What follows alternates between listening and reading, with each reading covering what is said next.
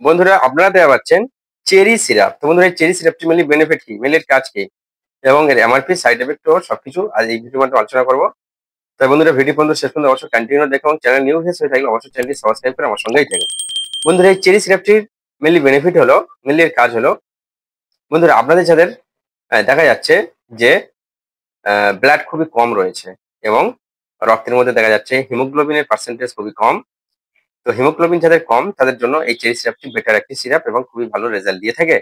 বন্ধুরা, তো হিমোগ্লোবিন কম সেটি আপনি কিভাবে বুঝবেন?